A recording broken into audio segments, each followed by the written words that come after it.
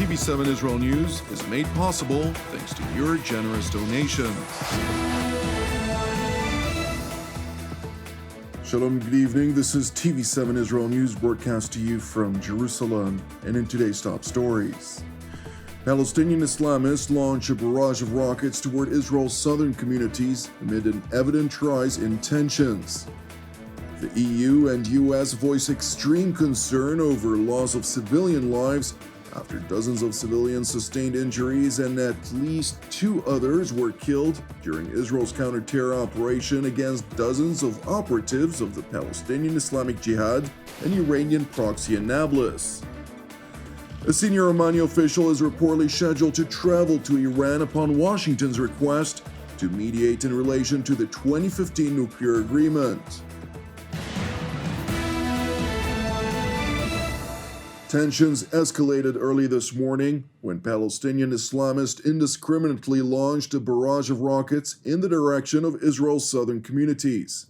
At approximately 4 a.m., rocket alert sirens sounded in the city of Ashkelon, town of Sderot, and the Gaza periphery communities, forcing some 250,000 Israelis into bomb shelters within the IAF Homefront Command's instructed 15 seconds. Thankfully, one rocket exploded in an unpopulated area, while another 5 projectiles were intercepted by Israel's aerial defense systems, averting any injuries or damage.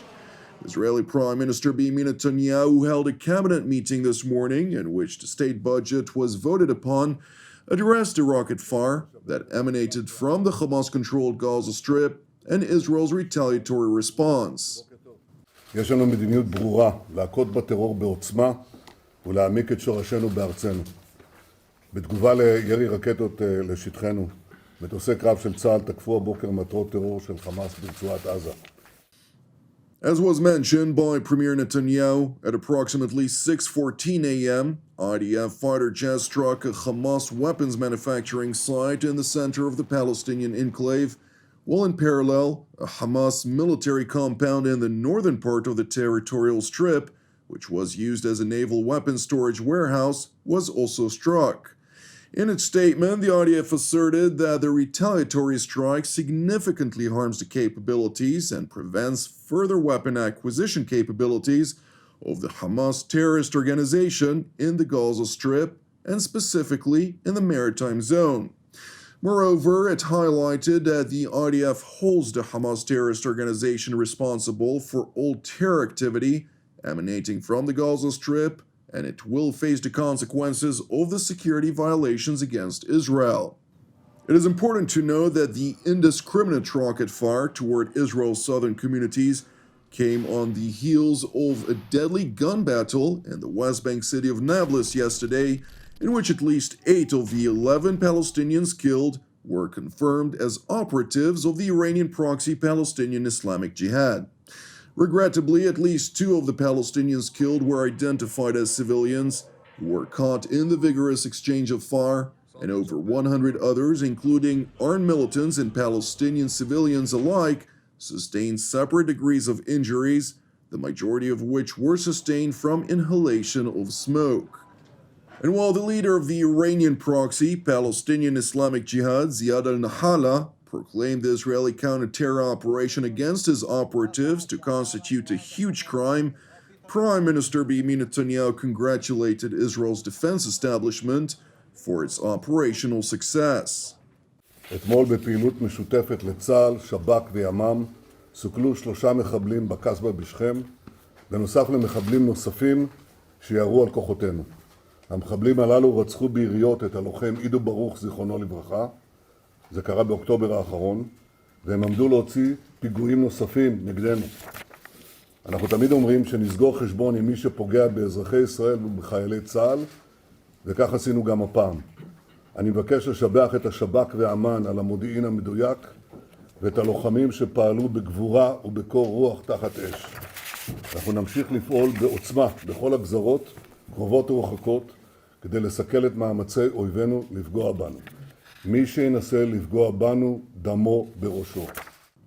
Despite Jerusalem's pledge to act with no remorse against those who seek to harm Israeli civilians and IDF soldiers, acts of terror continue to plague the land. Among a number of drive-by shootings that occurred in the district of Samaria in particular, a Palestinian woman armed with a knife approached civilian security guards at the entrance to the town of Ma'ale Adumim. Consequently, in accordance with the IDF rules of engagement, the Israeli guards called upon the woman to halt, and when she persisted onward, opened fire at her lower extremities.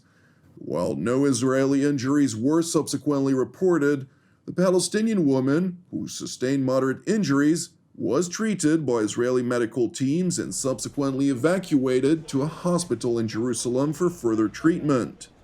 Police have launched an investigation into this incident.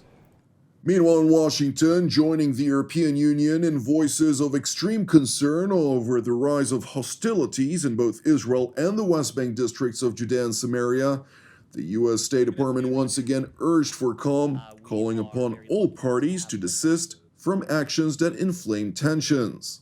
The United States is extremely concerned by the levels of violence in Israel and the West Bank. Today in Nablus, at least 10 Palestinians, including both militants and civilian bystanders, were killed and over 100 injured during an Israel Defense Forces counterterrorism operation. We wish a speedy recovery to those injured, and our hearts go out to the families of the innocent bystanders who were killed today. We recognize the very real security concerns facing Israel. At the same time, we are deeply concerned by the large number of injuries and the loss of civilian lives. We had productive conversations in recent days with the parties and U.S. regional partners in support of efforts to prevent further violence. We are deeply concerned that the impact of today's raid could set back efforts aimed at restoring calm for both Israelis and Palestinians. Today's events further underscore the urgent need for both sides to work together to improve the security situation in the West Bank. We also call on all parties to desist from actions that inflame tensions, such as incitement to violence, evictions of families from their homes, demolitions, settlement advancements, and the legalization of outposts. Israelis and Palestinians, as we have consistently said, equally deserve to live in safety and security. Price was further asked about a statement by an Iranian parliamentarian who revealed that a senior Omani official was scheduled to travel to Tehran for talks on possibly reviving negotiations on the Joint Comprehensive Plan of Action, or JCPOA, which is a technical term for the 2015 nuclear agreement with Iran. Well, what I can tell you is that the JCPOA is not on the agenda, has not been on the agenda for some time, and I say that even as we continue to stress that ultimately the only durable, permanent way to address Iran's nuclear program is through diplomacy. So even as the Iranians have proven themselves unwilling or unable in previous instances to carry forward diplomacy in a constructive way, that doesn't mean we're backing away from the need for diplomacy, the imperative of diplomacy in order to address this in a durable, sustainable, and permanent way. Price went on to acknowledge the Biden administration's unceasing efforts to maintain open diplomatic channels with the Iranians via global and regional mediators, two of which include Qatar and Oman, where Washington's envoy for Iran, Rob Malley, made an official visit to just last week. Oman is included. Oman's played a constructive role across the Middle East in helping to solve challenges and bridge divides between countries that don't see eye to eye, and that's putting it mildly. We're consulting closely with Iran on challenges near and far. Rob's engagement with his Omani counterparts and the Omani leadership was part and parcel of that, but I would need to refer you to Oman to speak to the reason for that senior level travel to Iran. It is worth mentioning that while persistent efforts by the Biden administration to maintain open diplomatic channels for the purpose of reaching a compromise with the Ayatollah regime on its nuclear program come at a time when the Islamic Republic is effectively in breach of its non-proliferation treaty obligations, which it became a signatory to in 1968, which is prior to the Islamic Revolution of 1979. Nevertheless, in spite of an acknowledged IAEA revelation, which indicated earlier this week that Iran enriched uranium at 84% purity levels, the Islamic Republic continues to unabashedly claim that it is in good standing with its obligations under the NPT and that its professional cooperation with the IAEA is supposedly an important principle for Iran. ایران متعهد به MPT و موافقتنامه جامع پادمان هست. همکاری حرفه‌ای جمهوری اسلامی ایران با آژانس بین المللی انرژی اتمی یک اصل مهم برای جمهوری اسلامی ایران در مناسبات و همکاری‌های خودش با آژانس هست.